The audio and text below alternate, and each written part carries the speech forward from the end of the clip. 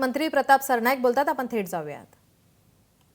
महामंडळ पुढे नेण्याचा प्रयत्न करेन आणि निश्चितपणे होईल। गरजच पडली तर 2019 साली काही भरती प्रक्रिया थांबली होती। 2022 साली कोविडच्या कार्यकाळामध्ये काही कंडक्टर ड्रायव्हर हे आपल्याकडे आपण बाहेरचे घेतले होते। त्याचबरोबर काही संप काळामध्ये कंडक्टर ड्रायव्हर हे बाहेरचे घेतले होते। त्या सगळ्या ड्रायव्हर कंडक्टरना प्राधान्य देऊन अजूनही काही भरतीची प्रक्रिया जर भविष्यामध्ये करायला लागली तर ती आम्ही करू, परंतु एसटी महामंडळ मात्र आर्थिक संकटातून हे आम्ही भविष्यामध्ये बाहेर काढू।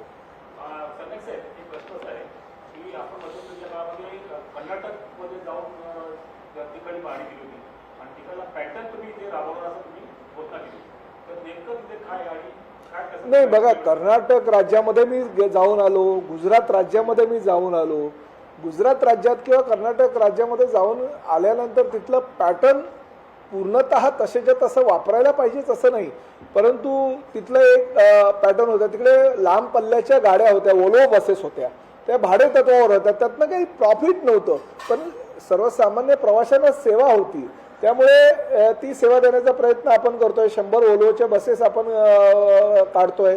त्याचबरोबर तिथं काही एका म्हणजे कर्नाटक राज्याची लोकसंख्या फक्त 6 ते 6.5 कोटीच्या आसपास आहे, त्यांच्या बसेसची संख्या फक्त 10,000 आहे, परंतु अतिशय चांगल्या प्रकारचा कार्यभार चालू आहे। कारण प्रत्येक बस डेपोमध्ये स्वच्छता मोठ्या प्रमाणात आहे, प्रत्येक बस ही स्वच्छ असते, म्हणजे बसायला सुद्धा लोकांना प्रवाशांना अतिशय चांगलं वाटत असतं।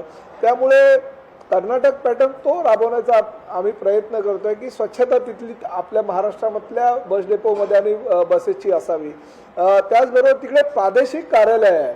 6.5 कोटी लोकसंख्येच्या राज्यामध्ये जर 5 प्रादेशिक कार्यालय असतात तर आपल्याकडे प्रादेशिक कार्यालय का नसावे, म्हणून आम्ही पुणे, नाशिक, नागपूर, मुंबई, औरंगाबाद अशा संभाजीनगर अशा प्रकारचे 6 प्रादेशिक कार्यालयाचं आमच्या MDनी गेल्याच आठवड्यामध्ये नोटिफिकेशन काढले। त्यामुळे ते प्रादेशिक कार्यालय आपण करतोय, पण तिकडे वेगळी व्यवस्था आहे। तिकडे प्रत्येक प्रादेशिक कार्यालयामध्ये एक IAS दर्जाचा अधिकारी दिलेला आहे।